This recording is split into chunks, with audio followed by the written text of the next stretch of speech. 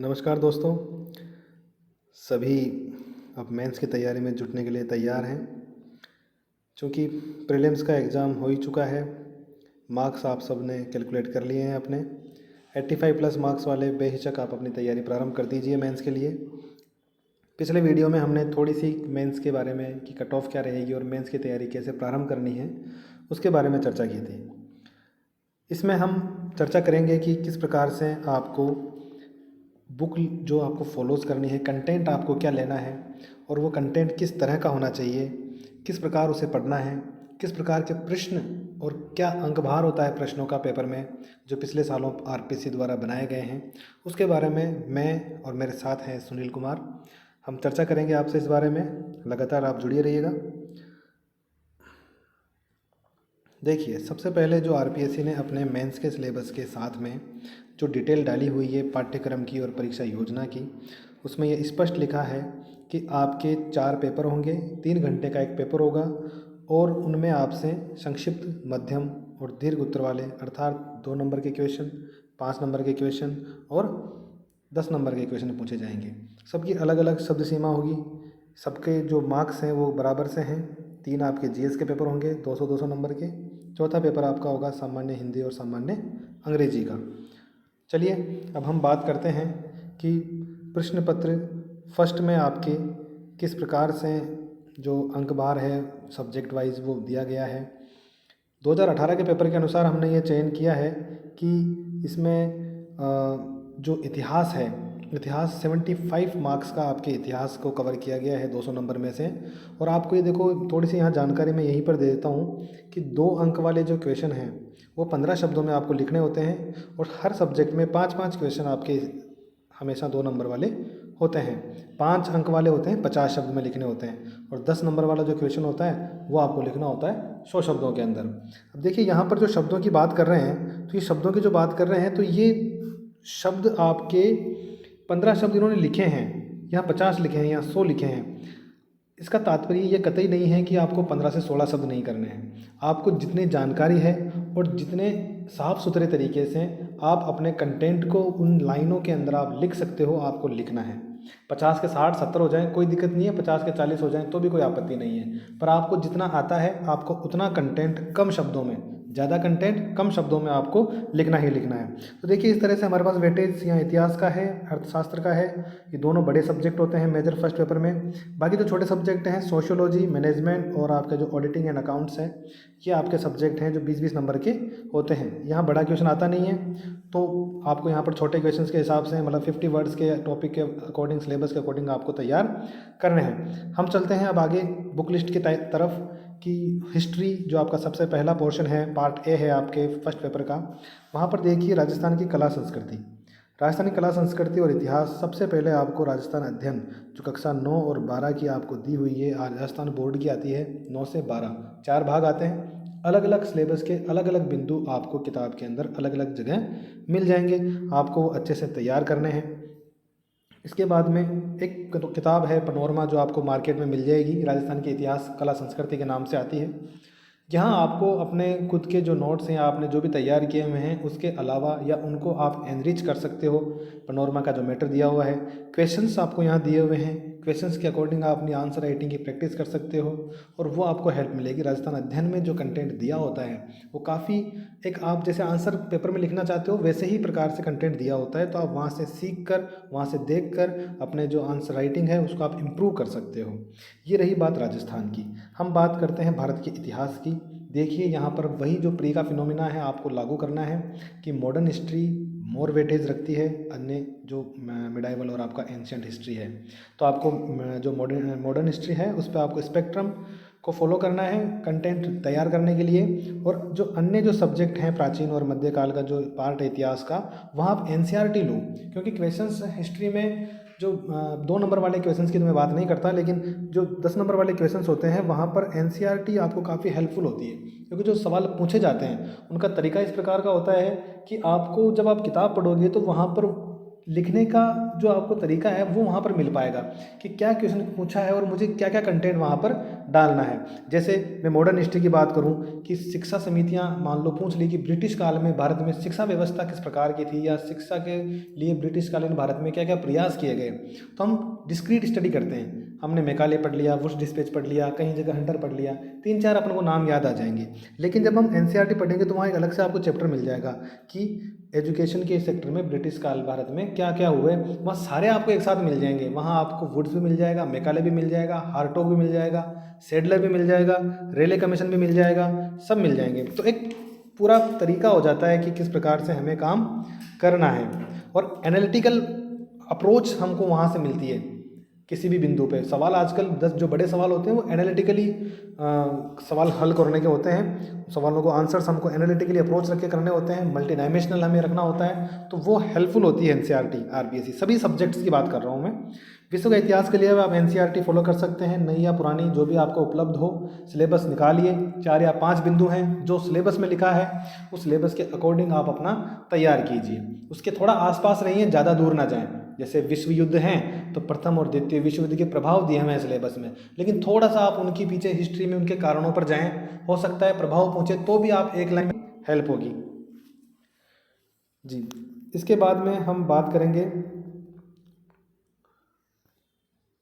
अर्थव्यवस्था के बारे में। तो अर्थ इकोनॉमिक्स देखिए, इकोनॉमिक्स में आपको मेनली अपने राजस्थान इकोनॉमिक्स के क्वेश्चन आएंगे, तो वो आपके राजस्थान की आर्थिक समीक्षा, जो भी लेटेस्ट राजस्थान की आर्थिक समीक्षा आपके पास है वो कंप्लीट वाली लेनी है, कोई नोट्स नहीं लेने हैं आपको, कोई मार्केट से शॉर्ट नोट्स टाइप की इकोनॉमिक सर्वे में आपको फॉलो नहीं करने हैं। आप चाहें तो अपने इकोनॉमिक सर्वे से खुद के नोट्स बना लें, ताकि कंटेंट वहाँ पर जो अप्रोच अपन को चाहिए वो अप्रोच हमें मिल जाए, और ये हेल्पफुल होगा आपको। साइंस में भी हेल्पफुल होगा, ज्योग्राफी में भी हेल्पफुल होगा। कई टॉपिक्स ऐसे हैं जो सीधे सीधे इकोनॉमिक सर्वे से जुड़े हुए हैं। विश्व की अर्थव्यवस्था और भारत की अर्थव्यवस्था, मुख्यतः जो भाग है वो इंडियन इकोनॉमी का है। तो एक डीएलएस पब्लिकेशन में आपको वन स्टॉप शॉप मिल जाए, वन स्टॉप सॉल्यूशन के नाम से एक बुक है मनमोहन शर्मा जी की, वो आप ले लीजिए। अच्छा इन्होंने कंटेंट इसमें लिखा है और काफ़ी इसमें कंसाइज मटेरियल को पूरा किया हुआ है। साथ में करंट के लिए भी इसमें कुछ लिखा है, तो करंट के लिए सिलेबस में आपके जो लिखा है वो मूमल जो आप द्विमासिकी लेते हैं उसके माध्यम से, और दृष्टि की जो करंट अफेयर्स की मैगजीन आती है वो आप फॉलो करें। करंट के लिए मैं थोड़ा सा यहाँ पर आपको जानकारी देना चाहूँगा कि करंट में आपको जो भी बुकलेट आप ले रहे हो मंथली, उसको आप एक नोट्स की कॉपी बना लीजिए। उसमें आपने जो भी टॉपिक पढ़ा, जो लगता है कि ये महत्वपूर्ण बिंदु है, उस बिंदु को लिखा, और उसके बारे में अपना कंटेंट, जैसे मेंस में आपको आंसर लिखना है उस प्रकार से लिखकर आप अपने उसको तैयार कर लीजिए। ये आपको मिलेगी थिंकिंग डेवलप करने के लिए, ये फ़ायदेमंद होगा कि किसी भी इशू के प्रति आपकी थिंकिंग डेवलप हो जाएगी, और जब तक आपकी थिंकिंग डेवलप नहीं होगी आंसर्स में आपकी जो मौलिकता है वो नज़र नहीं आएगी, और मौलिक आंसरों में हमेशा से नंबर मिलते हैं। ये इस बात का आप ध्यान रखें। तो करंट अफेयर्स का उपयोग हमें इस तरीके से करना है। आगे चलें तो जो छोटे सब्जेक्ट हैं 20 नंबर वाले, समाजशास्त्र, प्रबंधन, लेखांकन और अंकेक्षण, इनके लिए आप हम टेलीग्राम चैनल पे भी इसके कुछ शॉर्ट नोट्स जो हमारे द्वारा पढ़े गए थे और तैयार किए गए हैं वो हम उपलब्ध करा ही देंगे। ओनली आरएस नाम से जो टेलीग्राम चैनल है वहाँ पर हम नोट्स डाल भी रखे हैं, हमने कुछ सॉल्व पेपर भी डालेंगे हम पुराने हमारे द्वारा जो टेस्ट लिखे गए हैं उनके PDF फॉर्मेट में हम क्वेश्चंस की जो लिस्ट है वो भी डाल देंगे। तो इसके अलावा आप अपने आरबीएससी और एनसीईआरटी की जो बुक है, जहाँ पर भी आरबीएससी में या एनसीईआरटी की बुक में सिलेबस के जो बिंदु दिए हुए हैं विद इन सिलेबस हमें इनमें स्टडी करनी है, ताकि क्योंकि 20 नंबर का वेटेज है लेकिन स्कोरिंग है। अगर आप पढ़ के जाते हो, जो आप पढ़ते हो और वहाँ अच्छे से सवाल करते हो तो आपके बहुत अच्छे मार्क्स आ सकते हैं। मेरे फर्स्ट पेपर में आरएस 2018 में 110 मार्क्स प्राप्त करने में इन तीनों सब्जेक्ट्स का बहुत रोल है। तो ये ध्यान रखिएगा, आप एक अच्छा स्कोर खड़ा कर सकते हैं इन छोटे सब्जेक्ट्स को अच्छे तरीके से तैयार करके। ज़्यादा डिटेल में तैयार नहीं करना है, तैयार करने का तरीका हमें बहुत अच्छा रखना है। शॉर्ट नोट्स बनाएं, ज़्यादा डिटेल ना रखें। इसके बाद में कॉम्पैक्ट स्टडी करनी है हमें, ज़्यादा इसमें पीएचडी नहीं करनी सब्जेक्ट में। हमें बिल्कुल हमारे कोई सवाल वहाँ मिल जाए, इतना सा पढ़ना है इन सब्जेक्ट्स को। पेपर 2 के बारे में और आगे के बारे में अब सुनील कुमार आपसे चर्चा करेंगे। जी सुनील जी।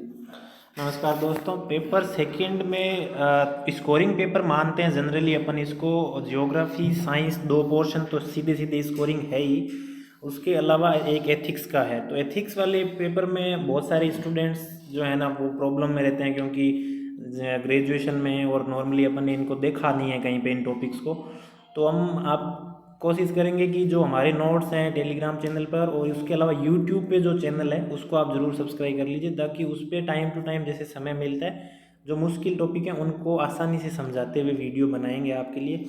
अब जो बात है वो है कि इसमें क्वेश्चन कैसे आते हैं, तो आप ये देख लीजिए 2 नंबर वाले क्वेश्चन जो है 5 ये क्वेश्चन आ ही रहे हैं, 5 नंबर वाले इस तरह से, 10 नंबर वाले इस तरह से। अब अपन सबसे पहले बात करेंगे एथिक्स की। तो एथिक्स में एक नई बुक आने वाली है डीएलएस की, उसमें हम सब लोगों ने प्रयास करके अच्छा कंटेंट कोशिश किया है। शॉर्ट में है एकदम, क्योंकि वैसे तो इन सब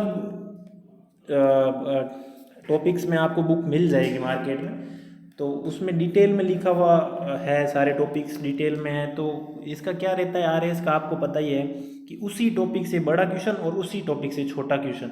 तो अपन कोशिश करें कि एक टॉपिक को पढ़ने के बाद सारे टाइप के क्वेश्चन सॉल्व कर सकें। इससे ये कब होगा, जब अपन पॉइंट वाइज चीज़ों को याद करते हैं और शॉर्ट तरीके से याद करते हैं और सीधा सीधा वहाँ पे डिलीवर करना है एग्जाम हॉल के अंदर। तो इसलिए ये पॉइंट वाइज बनाने के हिसाब से किताब को उस तरीके से देखा गया है, तो बहुत अच्छे से तैयार की गई, इसलिए आपकी हेल्प कर सकती है। उसके अलावा आप एथिक्स में जो है एनसीईआरटी में भी देख सकते हैं, आरबीएसई बोर्ड में भी टॉपिक हैं सिलेबस के काफ़ी सारे, वहाँ से आप पढ़ सकते हैं। फिर आ जाओ साइंस में। साइंस में आपने पिछली बार का पेपर देखा ही होगा, नहीं देखा है तो ज़रूर देखिए। 10th क्लास की, 11th क्लास की, 9वीं क्लास की किताबों से सीधे क्वेश्चन आ रहे हैं, विशेषकर 10th तो है ही। जनरल साइंस सारा जो है ना, वो पाचन तंत्र, साइकोई तंत्र, वो सारे आ रहे हैं। फिर टेक्नोलॉजी में भी ये डीएलएस वाली इस बुक में कंप्लीट सेकंड पेपर की बुक है, एकदम अच्छे से तैयार किया है। विकास जी आप जानते ही हो कितने वो मेहनती हैं, उन्होंने पूरा जो है डायग्राम बना के, चार्ट बना के और एकदम अच्छे से तैयार किया, तो आपको कहीं जाने की ज़रूरत नहीं पड़ेगी मेरे हिसाब से। फिर आ जाओ ज्योग्राफी में। ज्योग्राफी में एक तो आपने सबसे पहले करना क्या है कि ज्योग्राफी में आप एटलस लेके बैठें और देखें कि राजस्थान का किस तरह से कहाँ पे जो है। तो एटलस का ये रहेगा कि ज्योग्राफी के हर क्वेश्चन में कोशिश करें कि डायग्राम बनाने हैं अपने को। अब डायग्राम 2 तरीके से हो सकते हैं, एक तो राजस्थान और इंडिया के शॉर्ट डायग्राम बनाने आप सीख लीजिए, जो इसे कहते हैं नक्शा, तो वो एकदम अच्छे से तुरंत अपन बना सकें इसी स्थिति में हो। और दूसरा है जो बेसिक टॉपिक हैं, चाहे नदियाँ हैं, चाहे पर्वत पठार हैं, चाहे मैदान हैं, चाहे जो प्रमुख औद्योगिक प्रदेश हैं वर्ल्ड के अंदर, चाहे ज्वालामुखी हैं, इस टाइप के प्रमुख टॉपिक हैं, उनको दर्शाने के हिसाब से उन मुख्य बिंदुओं का अपन पता हो कि ये जगह एग्जैक्ट लगभग यहाँ पे पड़ रही है। तो इस हिसाब से एक तो अपने को बनाना ही है, हर क्वेश्चन के अंदर डालने की कोशिश करनी है नक्शा, ताकि वो एनरिच हो सके आंसर को, चाहे 2 नंबर का हो चाहे क्वेश्चन। फिर बुक लिस्ट में सीधी सीधी बुक है। ज्योग्राफी में तो एनसीईआरटी और आरबीएसई आप पढ़ लोगे ना, तो सारे सिलेबस के टॉपिक उसके अंदर है। उसके अलावा थोड़ा बहुत आप पेरियार पर जा सकते हैं जहाँ पे एक्स्ट्रा कुछ पढ़ना हो तो। राजस्थान में भी वही राजस्थान अध्ययन और आरएस भल्ला है ही, इतने से आराम से सारा सिलेबस कवर हो जाता है। ज्योग्राफी में आपको कॉन्सेप्ट सारे समझने हैं, फिर पॉइंट वाइज याद करने, फिर नक्शे सहित उत्तर लिखना है, बस सीधा सा फॉर्मूला है। फिर आगे अपन चलेंगे तो पेपर थर्ड में है। पेपर थर्ड में इस तरह से क्वेश्चन बनेंगे, वापस वही पॉलिटी के बड़े क्वेश्चन आते हैं, लोक प्रशासन के बड़े क्वेश्चन आते हैं, और बाकी छोटे वालों में बड़े तो आते नहीं है क्वेश्चन, 2-2 नंबर और 5-5 नंबर वाले आते हैं। तो इनको अलग अलग कैसे तैयार करना है इस पर अपन बात कर लेते हैं।